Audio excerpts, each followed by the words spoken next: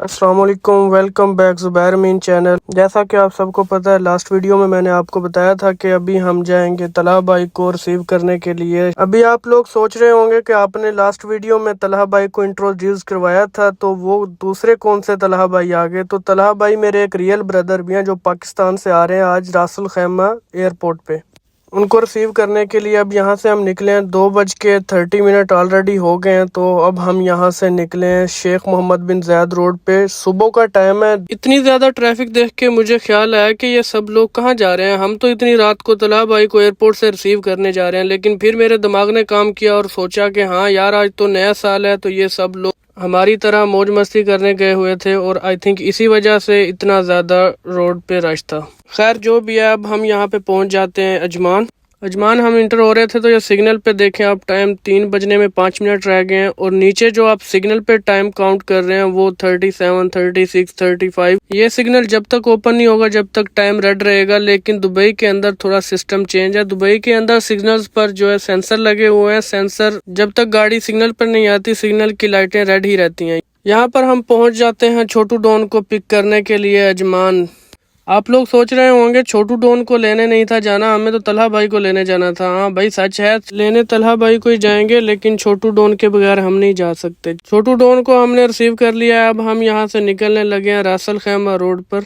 हम यहाँ से निकलते हैं तो हमारे सामने शुरता की गाड़ी आ जाती है। सीट बेल्ट मैंने लगाया नहीं हुआ था, शुरता को देख के मैंने फिर सीट बेल्ट भी लगा लिया। छोटू डॉन का ओरिजिनल नाम तो उसामा मेयो है, लेकिन हम लोग प्यार से इसे छोटू डॉन ही कहते हैं। मूंछों को तो ऐसे दे रहा है जैसे इसने कबड्डी लड़ने जाना है।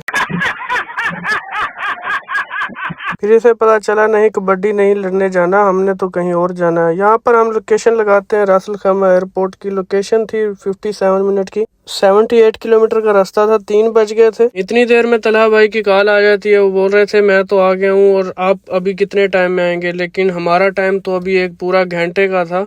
हमने सोचा इतनी जल्दी पता नहीं कैसे आ गया। टाइम था अराइवल 3:15 का, फिर भी हमने सोचा कि 15 मिनट के बाद भी आधा घंटा बाहर आने तक लग जाएगा। हमने तलहा भाई को फिर बोला कि यार आप कुछ वेट करें थोड़ी देर, हम अपनी तरफ से जितना जल्दी हो सकता है आ जाते हैं। यहाँ पर भी लोग अपनी फैमिलीज वगैरह के साथ एंजॉय करने आए हुए हैं नया साल। रासल खैमा जाते वक्त तो कोई ट्रैफिक नहीं है, लेकिन वहां से वापस आने के लिए बहुत ज्यादा ट्रैफिक है। पता नहीं यहाँ पर रात को इतनी ज्यादा क्यों ट्रैफिक है। ये रोड उम्मुल क्वीन भी जाता है और रासल खैमा भी जाता है, लेकिन हमें जाना था रासल खैमा। रासल खैमा का रोड पकड़ने के लिए हमें राइट एग्जिट लेना था। यहाँ से हम रासल खैमा वाला मेन रोड पे आ जाते हैं। यहाँ से जब हम रासल खैमा के रोड पर एंटर होते हैं तो हमें कुछ ज्यादा ट्रैफिक नजर नहीं आ रही थी। ऐसे ही लग रहा था जैसे कहीं हम किसी गैर इलाके में आ गए हैं। बिल्कुल कोई ट्रैफिक पे हमें गाड़ी वगैरह इतनी बहुत कम गाड़ियां नजर आ रही थी। ये 2 वे रोड था और यहाँ से एंटर होते ही मुझे फीलिंग आने लगी अपने होम सिटी वाले एयरपोर्ट की, जो है समडयाल वाला एयरपोर्ट सियालकोट में। खैर पहुंचकर देखते हैं रासल खैमा वाला एयरपोर्ट कैसा है। रासल खैमा वाला एयरपोर्ट पर पहुंच के कुछ ऐसा नहीं लग रहा था जैसे मेन सिटी का कोई एयरपोर्ट हो, ऐसे ही लगता था जैसे कोई गांव का एयरपोर्ट है यहाँ पे। लो जी, फाइनली हम पहुंच गए हैं जी रासल खैमा एयरपोर्ट पे। हमने तलहा भाई को कॉल की, वो बोल रहा है यार इतना बड़ा एयरपोर्ट नहीं है, मैं बाहर ही खड़ा हूँ, आप आ जाएं। और सच में ये आप देख रहे हैं ये एयरपोर्ट ही है जो आपको कैमरे में नजर आ रहा है। देखने में ऐसे ही लग रहा है जैसे ये कोई इंडस्ट्रियल एरिया है, लेकिन ये इंडस्ट्रियल एरिया नहीं है, ये रासल खैमा का एयरपोर्ट ही है। रासल खैमा वाला एयरपोर्ट तो सच में बहुत छोटा है, लेकिन ये चीज़ है कि लोगों का टाइम बच जाता है। जो रासल खैमा से लोग पहले दुबई जाते थे, अबू धाबी, शारजा, कहीं पे भी जाते थे, तो उनका टाइम ये बच जाता है। अब यहाँ पर ही फ्लाइट करवाते हैं तो रासल खैमा डायरेक्ट आ जाती है फ्लाइट। लोगों का दूसरी साइड पे दूसरे एयरपोर्ट्स पर जाने का टाइम बच जाता है, जैसे मतलब दुबई, अबू धाबी, शारजा। यहाँ पर हम पहुँच जाते हैं बिल्कुल तलहा भाई को रिसीव करने के लिए। हमने सोचा अंदर जाएंगे, लेकिन यहाँ पर लोग बाहर ही खड़े होकर वेट कर रहे थे। ये बिल्कुल छोटा एयरपोर्ट है और बिल्कुल ही आप जैसे सोचते हैं कि बिल्कुल कोई ऑफिस टाइप की एंट्रेंस है। यहाँ पर आपका बिल्कुल कोई टाइम खर्च नहीं होता, कोई पेड पार्किंग नहीं है। एयरपोर्ट जैसा भी है, लेकिन यहाँ पर यह सहूलत है कि टाइम की बचत हो जाती है। आप लोग सोच रहे होंगे कि आपने फ्लाइट दुबई की क्यों नहीं करवाई, क्योंकि हम तो रहते दुबई में और फ्लाइट हमने करवाई है रासल खैमा की। भाई ये बात ऐसा है कि हमने रासल खैमा की फ्लाइट इसलिए करवाई है, पहले वेदर की वजह से 2 दफा फ्लाइट डिले हो गई थी। फिर अर्जेंट वाली कोई फ़्लाइट और मिल नहीं रही थी दुबई या शारजा की, हमने फिर रासल खैमा की फ़्लाइट थी जो मिल रही थी अर्जेंट में, यही करवा ली। अब यहाँ से हमने निकलना है वापसी के लिए। चलें जी, अब बैठ जाते हैं गाड़ी में।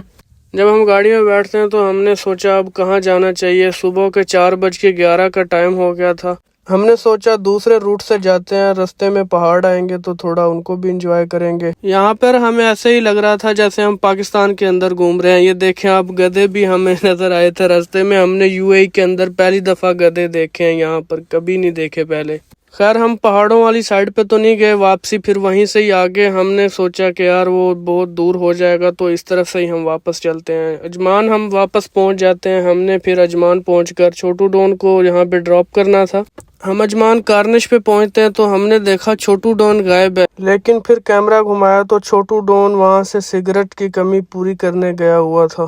खैर हमने छोटू डॉन को अब ड्रॉप कर दिया है। टाइम हो गया 6:38। अब हम यहाँ अजमान से निकल रहे हैं सीधे दुबई की तरफ। दुबई पहुंचने के लिए भी यहाँ से 30-40 मिनट्स चाहिए थे और सुबह का टाइम हो जाता है। सुबह की आपको स्मोक नज़र आ रही है, हल्की फुल्की स्मोक है, यहाँ पर इतनी कोई ज़्यादा सर्दी नहीं होती। यहाँ पर हम पहुँच जाते हैं कसरे सियालकोट पर, जहाँ से हमने लास्ट टाइम साग खाया था। ये पाकिस्तान का रेस्टोरेंट है और यहाँ पे स्वीट्स वगैरह भी सभी मिलती हैं। मुझे कोई इतनी भूख नहीं थी, मैंने बोला चावल ले आओ। चावल इनके पास थे नहीं और इनके पास सिर्फ नाश्ते में इस टाइम चना और पराठा, उसके अलावा साग था। मैंने खैर थोड़ा सा टेस्ट किया।